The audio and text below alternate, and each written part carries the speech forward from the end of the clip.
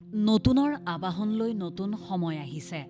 ২০২৪ৰ আচলত ধৰি ২০২৫ আহিল। ১ জানুৱাৰী নতুনৰ দিন। ১ জানুৱাৰী প্ৰত্যাশাৰ দিন। ১ জানুৱাৰী অংগীকাৰ লোৱাৰ দিন। ১ জানুৱাৰী পুৰণি কামৰ নতুনকৈ কৰা অভ্যাসৰ দিন। এয়া নতুনৰ আবাহন। নতুন সূৰুজৰ শিঙুলি পোহৰে ধৰা পোহৰ কৰাৰ লগে লগেই সকলোৱে আদৰিলে ১ জানুৱাৰীক। এটা বছৰৰ আচলত ধৰি আন এটা বছৰ আহে। ঠিক সেইদৰেই ২০২৪ৰ আচলত ধৰি ২০২৫ আহিল। ২০২৫ক লৈ মানুহৰ কতো যে কল্পনা, কতো যে সপোন, কতো যে নতুন উদ্যম, কতো যে নতুন অংগীকাৰ, কতো যে প্ৰতিশ্ৰুতি। সময় সলনি হ'ব, সকলো নতুন হ'ব। নতুনৰ দৰেই নতুনক আঁকোৱালি লোৱাৰ অংগীকাৰবদ্ধ সকলোৱে।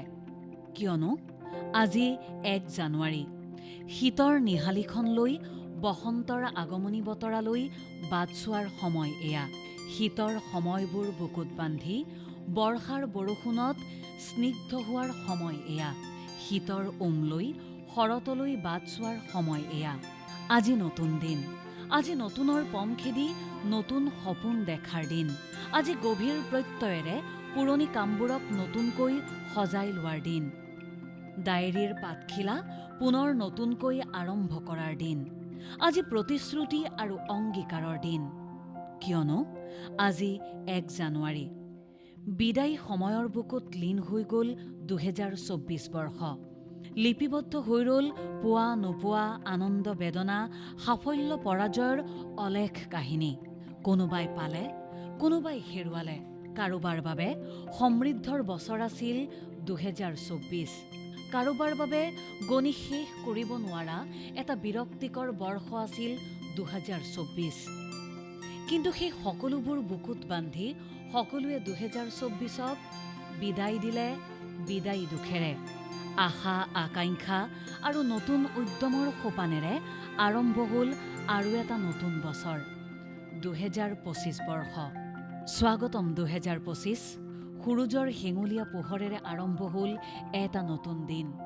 এই নতুন দিনটোৰেই মানুহে বুলিব আৰু ৩৬৫টা দিনৰ বাট, যি বাটত প্ৰত্যেকেই বিচাৰিব নতুনত্বৰ সোৱাদ। প্ৰত্যেকেই বিচাৰিব উদ্যমী দিন, ভাল লগা দিন। সেই ভাল লগাবোৰৰ সপোন বুকুত বান্ধিয়েই আজি বিশ্ববাসীয়ে আৰম্ভ কৰিছে ১ জানুৱাৰীৰ দিনটো, এটা বছৰৰ পহিলা দিনটো। সকলোৰে নতুন বছৰটো শুভ হওক। নতুনৰ পম খেদি প্ৰত্যেকৰে বাবে এই নতুন বছৰটো আৰু নতুন হওক। সমূহ অসমবাসীলৈ প্ৰথম খবৰৰ তৰফৰ পৰা যাচিছোঁ অশেষ শুভকামনা। নিউজ ডেস্ক ৰিপৰ্ট, প্ৰথম খবৰ।